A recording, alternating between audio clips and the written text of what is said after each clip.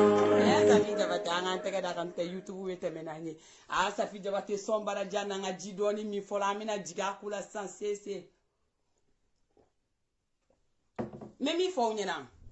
Malion Safi Jabate exemple yo côté be fe folo o la mestra ga jigi cesse la ayi muso ba chesi la ga furu kono ay exemple to lu muso la sa sino be ba ko furu ma no sa kuma te mali furu ma sa ki nya ga tugu ko be kan ki sigi ko be kan ka son ko be ma c'est-à-dire adamadenw b'a ɲɛɲini kuma bɛɛ ka musow ɲini aja ɲɛngo n'a ɲɔgɔnnaw k'a bila ka taa bila muso min cɛ la o de tɔgɔ ye ko dagabana Safi Jabate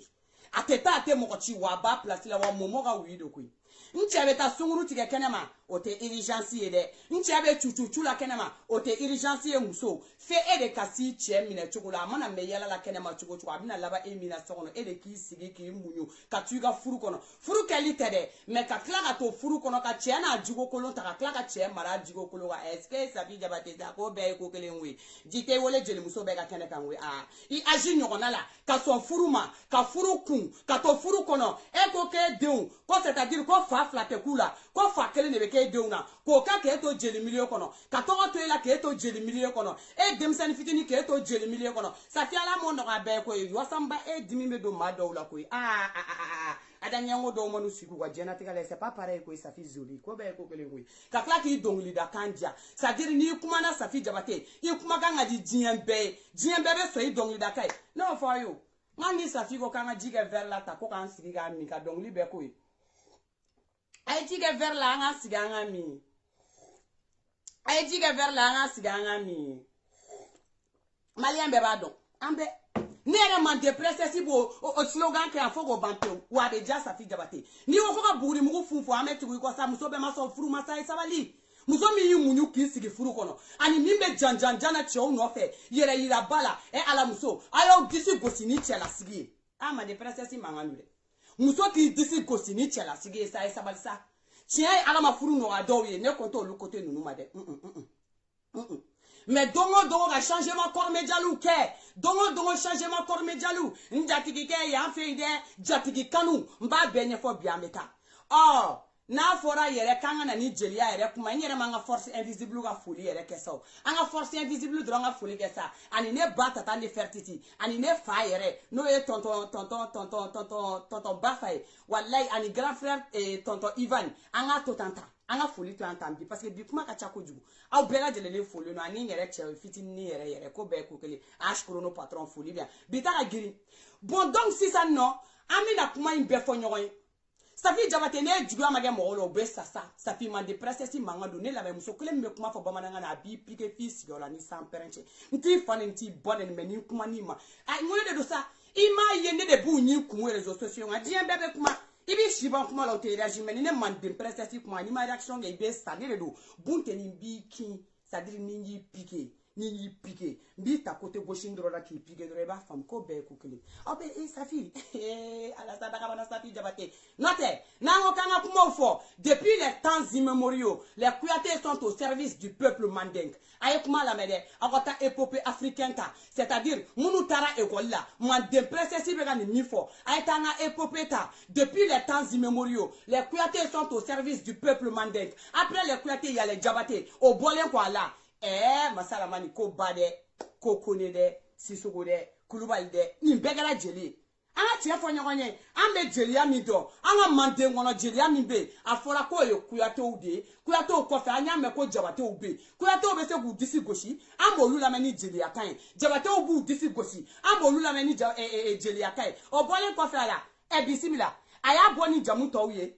min mana wuli fa jeli n ba jeli woyoyo jeliya an t'i dɔn jeli mɔkɛ jeli mamuso jeli kala ye jeli de di i tɛ jeli i tɛ jeli manden princesse mankan dɔ bi a mankan dɔ sini wa ni mɛ min fɔ aw ye ni fantanya gana Bamakɔ musow la sisan c'est à dire ni min bɛ Amidalayi Aseyi la o bɛ Amidalayi Aseyi bila ka taa yɛrɛ sɔrɔ walayi fo kulubilenni wo dɔ la i ta mi yɔrɔ sɔrɔ a bolo jama a y'aw sigi an bɛ kun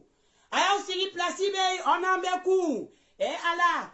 sira kole sira wasole depuis lagare kɔni kɛra tata ne Fertiti ye lagare ma sira lagare kole wasole lagare sigi an bɛ kun ala depuis ni Somane kɛra tɔnɔba fa ye Somanew ma sira Somane sigi Somane place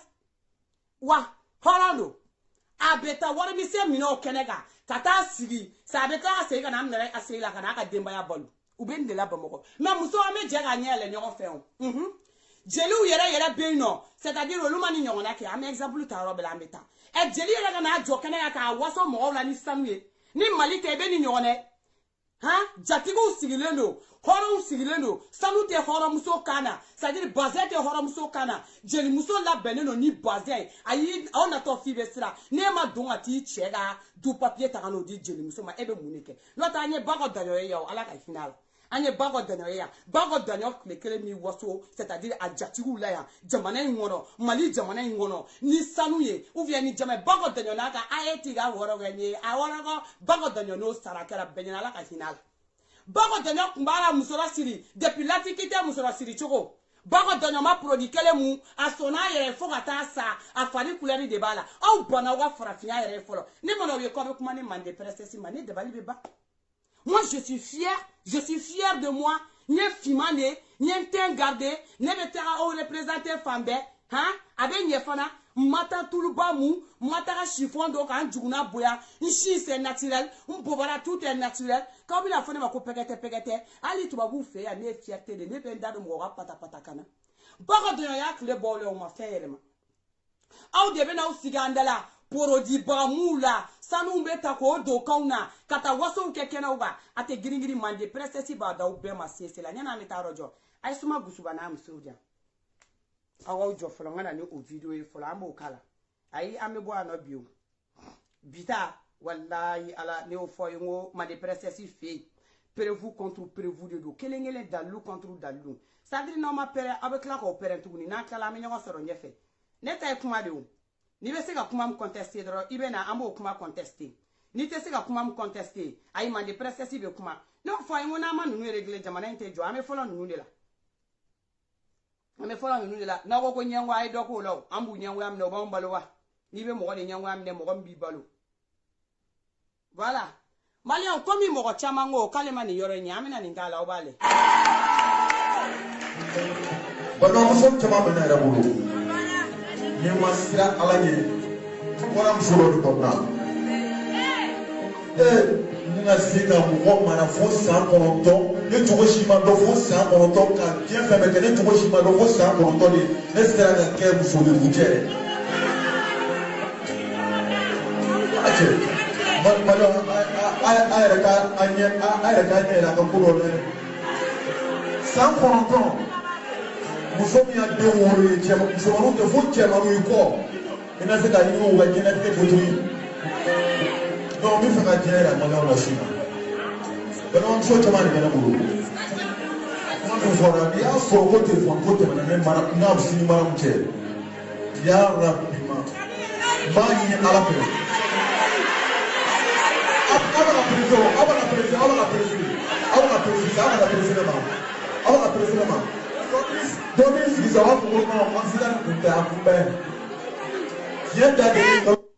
Aye suba gusuba lede Malion moi de prestasi ka kuma prévu wallahi prévu contre prévu dalu contre dalu aye imagine la va suma gusuba ka positionnement les mena allez ça là je me non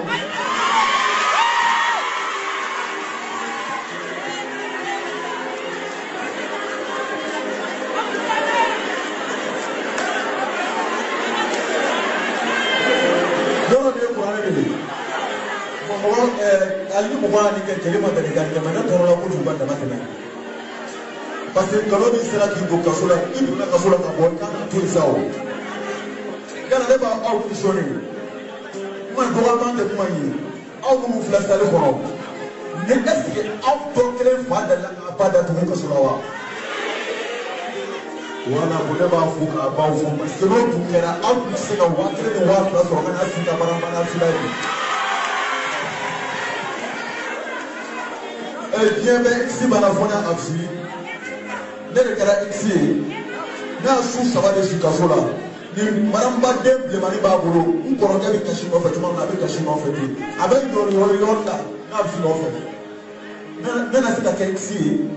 be aye page a publier ko do ado janfa do ko a publier ko ay ko pour si sote ko ala le pas ko pour si sote ale tɛna ka plaidé réclamé n'o mɔgɔ kelen tilara k'i sigi ko x contre x cɛ kana mana da diɲɛ la sa o de bɛ n kale n bɛna n kale kuranɛ na n'i y'a sɔrɔ na aw si kuranɛ cɛ a ye lamɛn ni sara ta kɔnɔ ne bɛ ka nin tɔgɔ dɔn a bɛ ka aw tɔgɔ tɔɔrɔ o kana dabila mɛ ne ni kuranɛ cɛ n'i y'a sɔrɔ téléphone k'a fɔ téléphone ta ka taa di bana maaw yɛrɛ n'i y'a sɔrɔ téléphone ko kuma dɔrɔn tɛmɛna ne ni banamu cɛ kuranɛ kana halaka a kana ne masu masu n'i y'a sɔrɔ kuranɛ ko kuma donna ne ni banamu cɛ yara bilama kuranɛ kan halaki ala kana Eskei auzubillahi mina shaitani razim eskei kabako mali aya suma gusuba samaka naya aka che ndaka nganaya mbali koma koko ni ne che aya daka nganaya aya na usiwa be mande princesse la me c'est-à-dire mbo piquer 600 yoro mali jolde obe furunto kala c'est-à-dire no ye furunto susuka furunto kolo ko abula ne be furunto bani blata sumala kala tobi o de be gambani adamadi una ote mba do ma sese la sano abe mi amna ni mi enye ga obe jabi o de lo amba fo kanga na kuma nila na makumala aba fo mako abusi sisa kale ate sampere menda tuguni na be kale abusi de la ni ko min kera na ma kete nchukwala aba fo mako abusi abele ni abusi cheni me letoi angata malion amena le exemple yiro ni e join malion aye ni couple fo ni e join ni te bajan wa tono bajan mbajan fo nyogonte ote ni wa anta nane ni tan fatikuyati ote muso flata jeli milie konoke c'est-à-dire suma gusuba che ama follow ela atena laba ela ne ma fo ye ngo che ya ke dabara ya ne ma fo e ko fo che ka ke che da che betse ka muso flata de ayi ala ma no ya che be ka muso fla furu che o che ni sira ka muso fla mara ibe wole che bo de fe che baba ngana ibe wole de fe parce que che bete sede ni muso fla wati mina bajanko ni nene ko beke abaso nene be sangala safi ngira go safi ga keto fatima na kana doaka uya ese ku ba ke ko mi bajanya yira ula ko kala ke turu amso nene la c'est-à-dire ko bena place de beto malende akera ubenyena wani wakati ni aja nyango kundona nunu ni nyogonche malio ni aja nyango kundona nunu ni nyogonche sita ngwasoro c'est-à-dire fatima go won fa mena fati aja nyenwe e kele ko dama jela jena tinga ngona mande prestatif la ga fiega temenga wata e ga furu kumeto adafe bani aja nyenwo kunda do na wasine ala ni e kuma bo furu ina e kuma foni matuba aja nyenwo kume makosa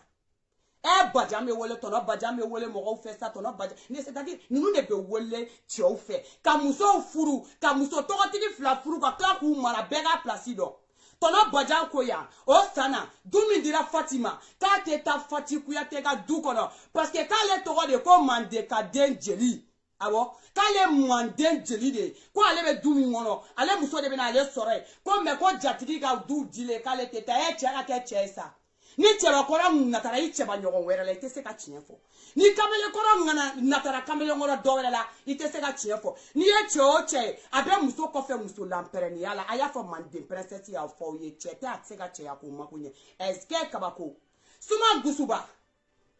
au kwa konseri kekene ka suma gusuba wati mina e che e kurane labo suma gusuba ne ku kera silame muso yi ko silame ya kun kadi segon keni nous te clashirer ni ton yeri moi de princesse mina ton yeri fie sisa c'est-à-dire ni kunyera kies la me muso de suma gusuba ke ba do ko ala furu daga furu sada suma gusuba ke ba do ko ni muso no de to ko bingini ka ye de chema fla joli sunogo che kele ni suma gusuba ka kla ga do ke dona jieni la haramoru be ka dogole ni kenega taw pour ye ga ni muso nga furu che suma gusuba hali kumba ke hypocrisie malion nyana ki teka labo ki be kurane mine chena sege ipmega kurane mine chena kama tere me ikume kurane mine ideun kama ekume kurane mine che kama tere ikume kurane mine ga furu kama ekume kurane mine adama do nye kora ko tere ikume kurane mine i che kana ta chien ka halaki ka yira jina femi kurane be arabu de la o de la malia me kurane ta ki kaliaka ne ma foye fen saba de be jamana ngono ni fen saba ma tampone ka boy amba shiba malite tanye religieux ni jeli nunu ko ta ko fara politicien wa ni kuranɛ tun bɛ bamanankan na ni kuranɛ tun bɛ bamanankan de la k'aw bɛ kuranɛ faamu bamanankan na hali ni san pɛrɛn kun dira Suma Gusuba cɛ ma a bɛɛ ni Abusi cɛ a tun tɛ kuranɛ ta k'i jɔ o jama la k'a b'a kale a kan e ni muso ni ɲɔgɔn cɛ min tɛmɛna e ni muso ni ɲɔgɔn cɛ Ala yɛrɛ ko cɛ ni muso ni ɲɔgɔn cɛ n'i b'i da don a la Masa Rahamani de y'a sabanan ye muso b'a ta fɔ a b'a da ye cɛ b'a ta fɔ a b'a da ye waati minnu na e kun b'i to i ka Suma Gusuba fɛ yen tilegan fɛ k'i bɛ bɔ ka taa yala k'i boli ka taa Bigini fɛ yen o n'a denw fɛ yen alabara nin ko in yɛrɛ bɛɛ jubaju ye min Manden princesse bɛ n'a fɔ o ye sa Suma Gusuba i cɛ ma jɛ Bigini kɔ k'o f'i ye dɛ o ye tɔn ɲɛ ye a minɛ i k'a bila i poche kɔnɔ Manden princesse y'a f'i ye i cɛ a ma jɛ Bigini kɔ n'i jɛra muso min kɔ a sara a balo la a bɛɛ bɛ muso in ma c'est-à-dire a ka ko bɛ yɔrɔ yɔrɔ la i tɛ tɛmɛ a fan fɛ mais n'i ye cɛ fasa jalen muso ka ko la o tɛ ɲɔgɔn ɲɛ sira la hali bi a dɔ de b'a kɔnɔ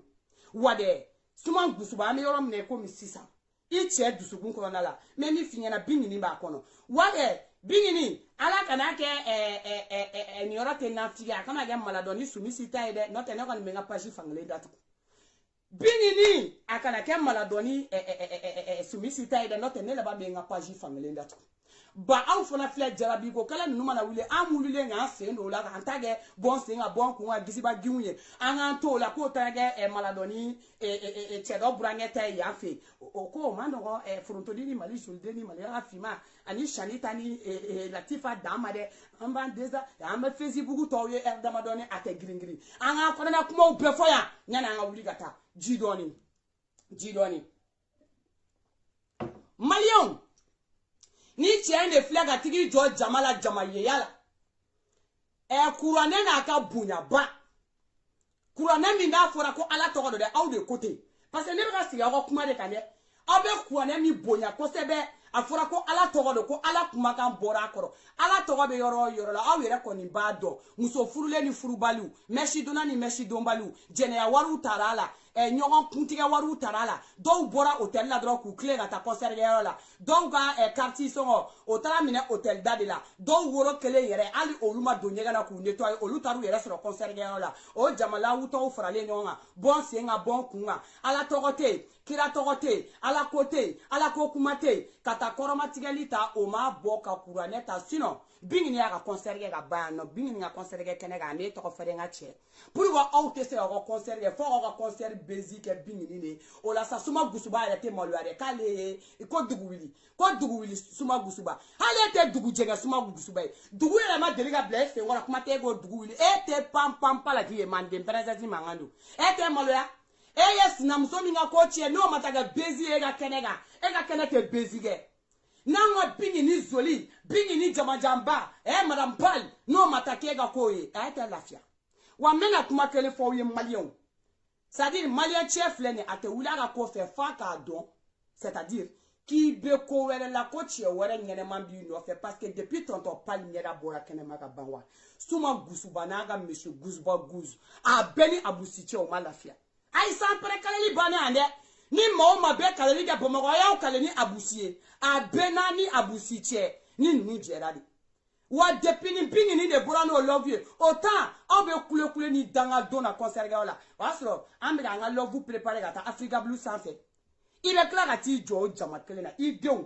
e denw ye den min ye ko n'o y'a sɔrɔ jama in na ni dɔ jama in yɛrɛ la mɔgɔ dɔw bɛ yen nɔ olu baw yɛrɛ t'u fa yɔrɔ dɔn yɛrɛ Manden princesse mankan don jama in na mɔgɔ dɔw bɛ yen olu ba yɛrɛ t'u fa yɔrɔ dɔn olu dɔw baw y'u faw ci fo k'u ɲɛ funu olu dɔw baw ma taa n'u faw ye polisi dɔ la dɛ olu datugu ka taa n'olu ye commissariat ko n'olu faw kun tara aw ɲɛ bɛ nin filo kuma ninnu na ko n'olu faw kun tara ni olu ye olu kun tɛ se ka nin wari in bɔ ka sɔrɔ ka na nin kɛnɛ in na nin kuma bɛ ɲɔgɔn ɲɛ sira la n'o y'a sɔrɔ fana ko olu faw olu kun ye Ala minɛ ka muso fila furu ka taa muso filanan k'o ka telefɔni diragi ka bɔ o bolo ka na ni o ye muso filanan fɛ yen pour que k'a dɔn kuma min bɛ tɛmɛ muso fɔlɔ ni ɲɔgɔn cɛ muso filanan k'o misiri a ka dɔnkili dɔ kɔnɔ pourquoi Suma Gusuba ka dɔnkili dɔ kɔnɔ vocal ninnu kuma bɔra Suma Gusuba ka dɔnkili dɔ kɔnɔ avant que vocal ninnu kuma ka bɔ e bɛ bɔ k'i ɲɛ jɔ kuranɛ ɲɛ de la monsieur Suma Gusuba ka n'i kale e b'i kale n'i muso de y'o la o muso o jɔlen bɛ kɔrɔ aw ko ko muso in ye muso ɲɛnɛma ye aw ko ɲɛ bɔn n'i kumana Maliyɛn fɛ min bɛ ne faga ko nyengoya umina ni comparaison karsa kay ni karsa aw de bara ko mo do kay ni mo do ko parce que ala aw dan ko mi aw bonaw yere suna muso ala te dien ngono ni man de presse ba fako mi kay ni franchi muso to la américain muso to la c'est-à-dire ali trané jo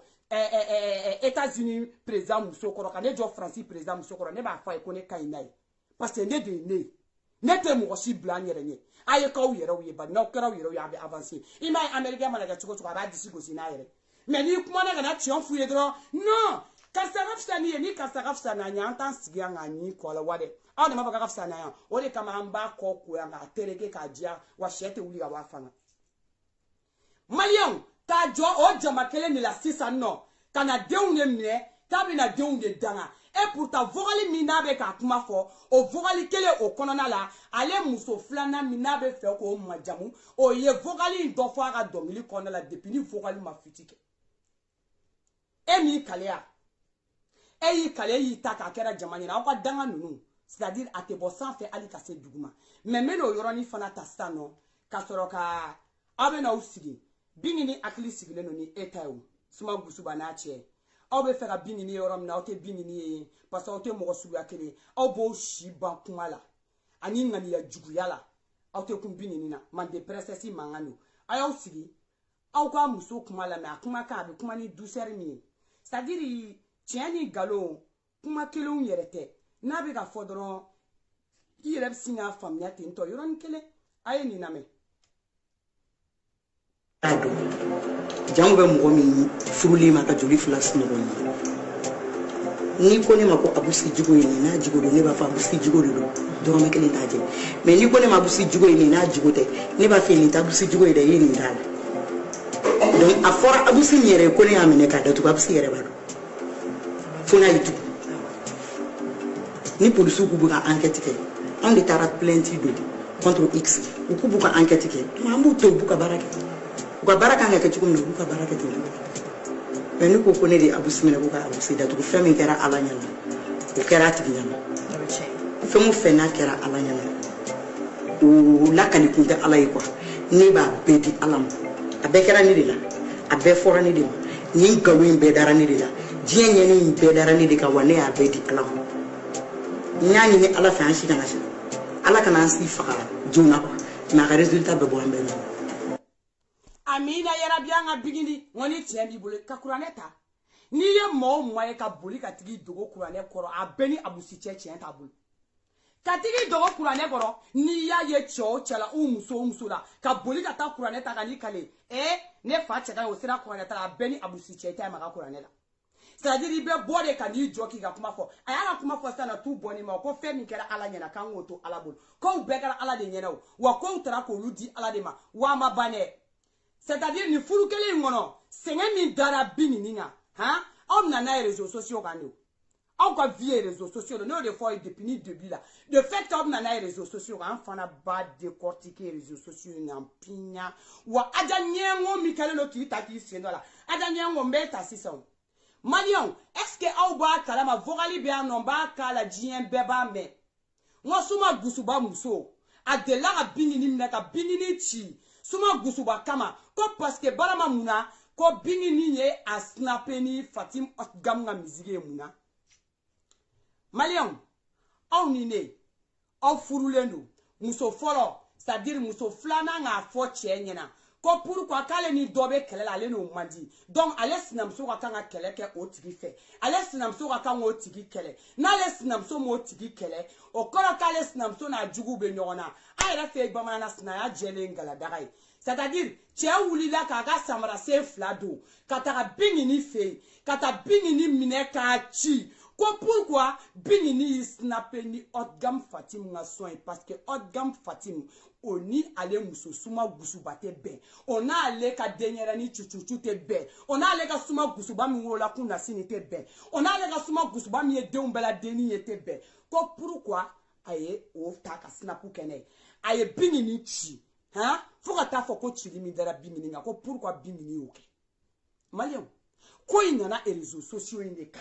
wambe ko inye fo réseaux sociaux indeka wane fi mani ne ofo Il a dit jara mo mo ko fait mo fo nyina ne te boîte ko fait depuis ala kané dani ma bok anjo ko me tchè c'est-à-dire ko me tchè défense to ou comme sous défense da la claque bla chemeka nti bla wo fo ka tamboy réseau quand te boy kama tuguni ko be ko kere muso mbo ka réseaux sociaux ka mandem princesse ne parce que ne a fo ne be kele ke ni kerde ne te kele ke na ko to ko ni ko ne de wacha ocha muso ni ne bi to fo ki deme delay wora suli ga numéro ne ta ni nga do ali remercier ma auto mandem princesse manganu Malion, ni binge ni tele, o kera la aga furu kono, chega ta bola, chega kla wuli tuguni nga kele, kala dam nede, kate muso mi fe, ka wuli gata mistral la, a bolma ke ano ga be, ka o gata fo anyena, ko muso be sunguru kamelen tige de lai, muso mi mata kamelen tige, ka to aga boti ya, ona kele nga de flas, tora asire ono dusu kasi furu la, sonja furu la, kata mine tuguni ka dasi o sinamso kele nyena, fo sinamso ba fo, ko kunjumel la ka be do mobili kele ngono abebia ko dogolonte vogolu de do vogali munu do abia man dem princesse mangano obe ni name bide bi kadigo afo ajanyengo e kaga makono mena ajanyengo la siso ajanyengo e nebe nyongambolo bishuna ko be ko kele ale ni bisaba saba she yora bisaba saba she ne biduduru she wane be se ka kuma bisaba saba she ga mbade fana ka gerina ali mena tabla dumuni kala mais akumbe ka taka mbugodi ko parce que ka fora yana ko ni chani be ñogon fe ay ñi nga ko munde be na ci no ya rien entre nous faut tan ñogon ci bon ma sa du sula ay mbo ntolu ke bugol juguma yi parce que ni woni ni wa ni ne grand sœur binini c'est-à-dire ni kuma ñogon na fla kana bidale ke to ke bugol jugue et puis malien muso trouve normal que i check mine ki gauche ko kele ya gauche o te kele ya gauche lo adu fo mo ko nyenwa ni acide de nya gauche lide yara muso nu fleni mo be to ko kuma fo afra be ko do ko lu nu sugu nu man ni de olu tenya bini ni ngani yela ni ko sugu la tuguni ni plati de kun akanga tiga kama parce que ne be ani kelen ne la non violence faite aux femmes ni boramta c'est-à-dire voali ko nyere c'est-à-dire ni boali ne kun akanga ta abusi sa a beni abusi che e benani biginini e benani bingini ne kun benani on ya jamana ngono hali ne kun ye muso bugote be tigi dugo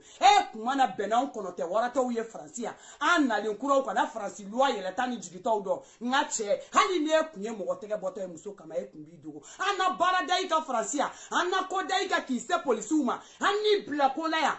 ala sa muso bugo ituma dabla ay ni yoro la me ko be ko kle ay ajanye ngo wole kana ka kana sigi mande princesse mangandu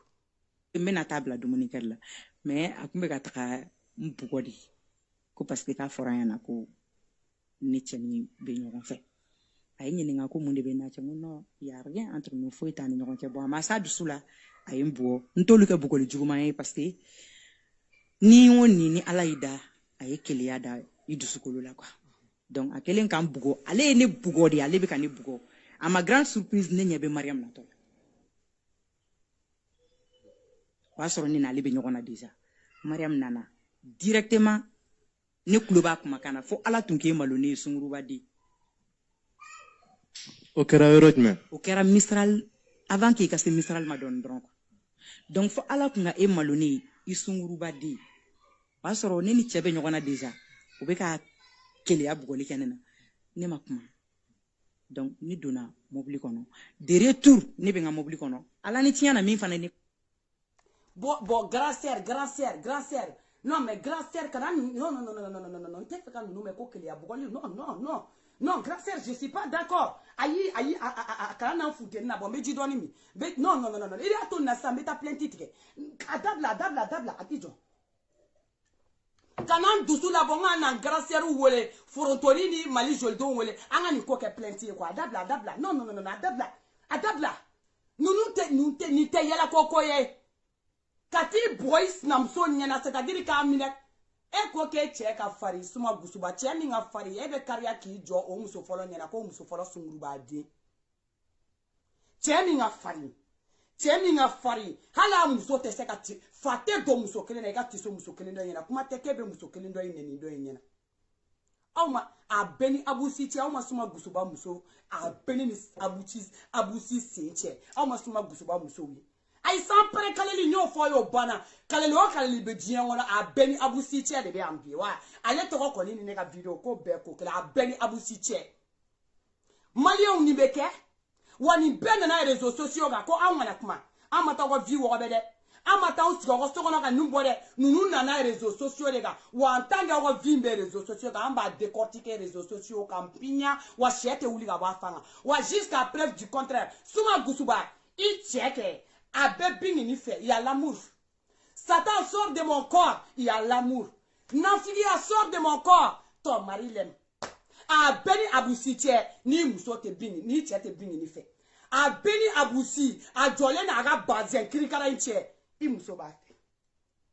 I tche suma gusuba, abe bini ni fait.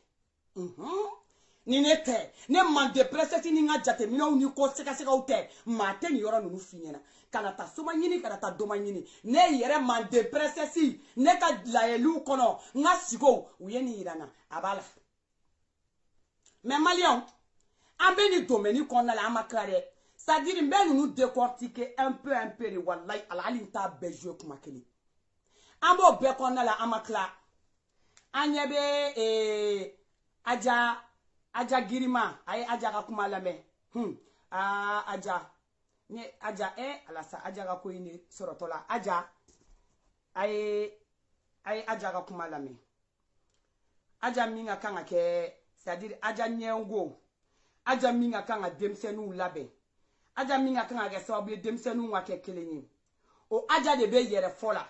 aja e duke ka duke c'est-à-dire aja ye jien na tiga ko beke jamane ngono o shima aja bo mais maintenant c'est ça aja de sigilembe aklala de onklela ka kla mo de onklela aja de kale kanye 600 ko demseni fitini ni munube ano fo aja de kana kabe no rude ga konyela bo aja e ma fam nyame nyogon bolo ni kele ni na de aja ame kla nyogon na yoro bebi ta strado ete se ki kleba c'est-à-dire i klekera et puis aja be ga nyine miwo mayon bini ni fled de problème ngono c'est-à-dire aja ega succès sur aja nyengo ega succès sur Bamako grâce à bingini ta nyona moyen de be wila ka aja nyengo deme ka aja nyengo kanumuna parce que aja nyengo kume furu kono aja nyengo che akume yele akume jigi aja nyengo che akume c'est-à-dire aye ntese ka ndado o e bo kwa fawnye ka deun soro yoro ni yona malien den be wulila kani ali aja nyengo la na makan kulela de mais anga mo korobo ba nya fa chumna kani ali aja nyengo la c'est-à-dire ka aja nyengo ka ta ka sangoro ta sanfe togo mi fleni aja nyengo ko ali bi oyo togo kele inde ngo bingi ni nga histoire nyona de kumbe ko bingi ni mo problème kele soro bi e ba fo ke be taga mo doya o bingi ni kele c'est-à-dire ka ta beuni kuma John sigo bini ni kele no fait et puis de toutes les façons sa fille jabate obeye nyela kui ayi dia ni dia iketo e ka sa fille jabate nyela ayo jo anga ni boala anga ni yorenka la san ango lame ayi jamana ngone ano e prévu contre prévu dalu contre dalu ajanyango ayo perangwe mande presesi nale ani ndaminga leta dabla de wani nyanya ambe dalu contre dalu la dalu munu make c'est-à-dire fologa do vie privée la dernière kenema dalu contre dalu di abo insister ka ta mande princesse ka yora plus il a faut qu'il be mande princesse la job plus mande princesse be foncer plus il va faut qu'il be la job plus ne be foncer non fayo ngota ti kendo ne be malien bolo c'est-à-dire quand to kun kari nyona pour que ki ga vie nyero te min do ga vie la ko nyero réseaux sociaux kan au diplôme même so kele mbolo mande princesse ne parce que ne be kuma ni prévu de wane te contester ayi ni le kuma mfokata o kele no al ni turi kun o kele ne wa nous ye pousser liga be kele la parce que ne be ta nyugu na nya ka be cheka na yan ko be ko kele ala me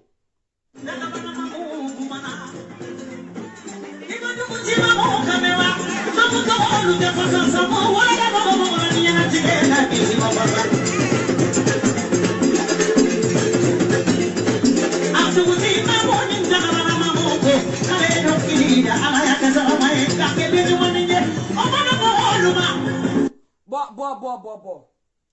ni tara magande aja nyengo tara maga c'est-à-dire ala masara mani ala kala banko nyuma di die na tige mo bema aya foko amina ala te maga no ya beisa c'est-à-dire ni nya dara alikabaka idusukun ngakanga ni mania ye doke aja ni na folodo aja o soro ni togodo aja yo soro ni sanu do aja yo soro mais masakale clé o te dien la bane aja ibi ta ke ni ta bane be bon dem sanu ni nyon changa ta ke aja o se retier wallahi ala ere do lati go sete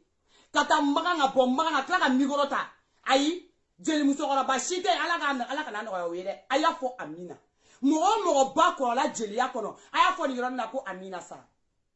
ala kana maganta no ya mo shi ka klaka bom magantuguni kana orobu serelendu kana demsena vini pantalon don damne tuguni kani do demsenu ni nyonchi ala kana ala tige mo shi ayi ni kuma lame jigitige ko ko mamu cheka mo shite mamu chebe se ka nyeni nyembe ya mo shite mamu ko mamu nga chenya wallahi wa mo shite ka kuma mamu fe ko mamu nga dongli ayi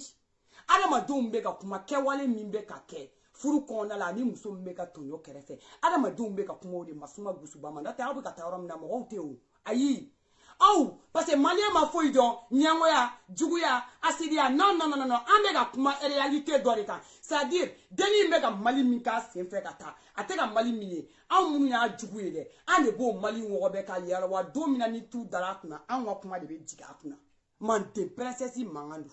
suma gusuba domina ni tu dariku iya klibe jigan jugu kise bile ban nu ne ka kuma la ban jugu kise bile ban nu ne kuma ka ton nye fia wati ko be ko kle ale be fe la jien wono retour bala si ça ante ta kana de abebe nyina bo jamana ni kono ya no man de princesse mangado aya la mede musora ban mi ka na nyeke ha musora ban mi ka na demsanu labe o musoro ba de flene parti prigo la jamana ni wono aya la me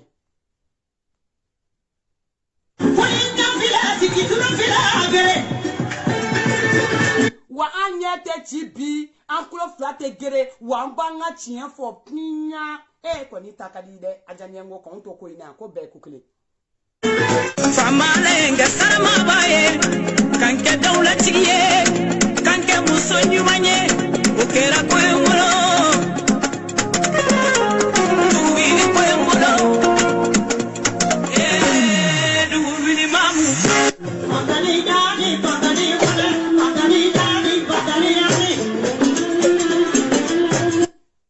wa aljebe musoina c'est-à-dire conseil baganyana mata bolo quoi